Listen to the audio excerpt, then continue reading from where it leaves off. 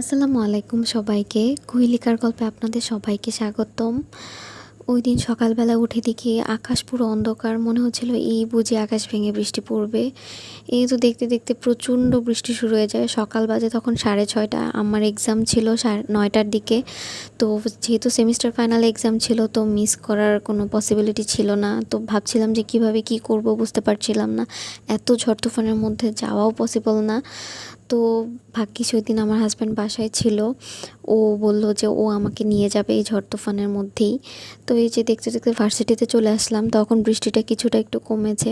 আসলে লাইফে এমন সাপোর্টিভ মানুষ পাওয়া ভাগ্যের ব্যাপার। ও আমার পড়াশোনার বিষয়ে অনেক বেশি সাপোর্ট করে। তো পরীক্ষা শেষ হওয়ার পর দেখলাম যে বৃষ্টি থেমেই গিয়েছে, বৃষ্টির কোনো চিহ্ন নেই। আর শুটিং দেখছিলাম, একটু জোবান এসেছিলো, ও শুটিং করছিল। তো পরীক্ষা শেষ করে নিচে নামলাম, এসে দেখলাম যে সোফায় অনেকে বসেছিল, যাদের পরীক্ষা শেষ হয়ে গেছে তারা দাঁড়িয়ে আড্ডা দিচ্ছিল। আর বিকালে শিফটে পরীক্ষা ছিল, তো মোটামুটি স্টুডেন্ট একটু কমই ছিল। এরপর চলে যাচ্ছিলাম বাসের লিস্ট দেখার জন্য, যেহেতু আমি আজমপুর যাব। দেখছিলাম যে কত নম্বর বাস আজমপুরে যাবে।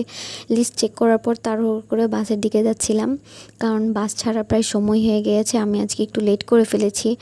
চিন্তা করছিলাম যে বাস ধরতেই পারবো কি না। এরপর আস্তে আস্তে দেখলাম বাস প্রায় ছেড়েই দিচ্ছিল, তো তাড়াহুড়া করে বাসে উঠলাম।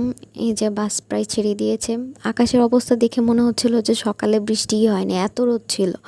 আর সকালবেলা কি একটা অবস্থা, বৃষ্টিতে ভিজে পুরো একাকার।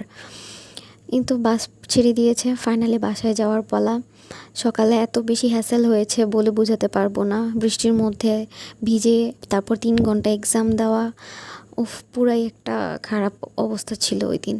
তারপরেই তো বাসায় যাচ্ছি, বাস থেকে নেমে আস্তে আস্তে। তো ভাবলাম একটা পর্দার দোকান দেখি, একটু ঢুকে কয়েকটা পর্দা দেখছিলাম। এগুলোর রেঞ্জ প্রায় 450 করে চাচ্ছিল আমার কাছে। অ্যাভারেজ লেগেছে আমার কাছে। একটা একটা করে পর্দা দেখছিলাম, তারপর বিছানার চাদর দেখছিলাম বাসার জন্য। ওগুলো আমার কাছে 700 টাকা করে চাচ্ছিল। তো এখানে আমি আমার পছন্দ মতো 2টা চাদর নিই ওদের কাছ থেকে। চাদরের কোয়ালিটিটা ভালো ছিল, আমার কাছে পার্সোনালি ভালো লেগেছে। এরপর বাসায় এসে ফ্রেশ হয়ে রান্না বসিয়ে দিই। এখানে আমি আলু ভাজি করছিলাম। এরপর আলু ভাজিটা শেষ হওয়ার পর আমি এখানে পটল ভাজিটা বসিয়ে দিয়েছি। আর পাশেই আমি মুরগির গিলা, কলিজা সব একসাথে আলু দিয়ে রান্না করছিলাম। এটা আমার কাছে অনেক বেশি ভালো। আমাদের বাসায় এটাকে মেনলি বলে লটপটি। কার কার এটা ভালো লাগে কমেন্ট করে জানাবেন। আর এই যে পটল ভাজি শেষ, এখানে লটপটিটাও প্রায় হয়ে এসেছে। অনেকে জানি এটা পছন্দ করে না, বাট আমার কাছে অনেক ভালো লাগে। এরপর লাউ রান্না করব, তো এখানে আমি বড় মাছগুলো কষিয়ে নিচ্ছিলাম। এই তো মাছ কষানো শেষ, এখন লাউ দিয়ে দিয়েছি। আর এদিকে লটপটি রান্নাও প্রায় শেষ।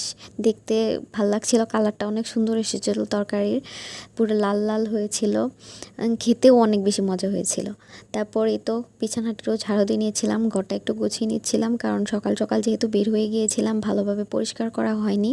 তো আস্তে আস্তে আমি একটু বিছানাটা ক্লিন করছিলাম, কারণ রুমের অবস্থা খুবই খারাপ ছিল। সকালবেলা এত তাড়াহুড়ো করে বাসা থেকে গিয়েছি যে ওরকমভাবে গোছানো হয়নি।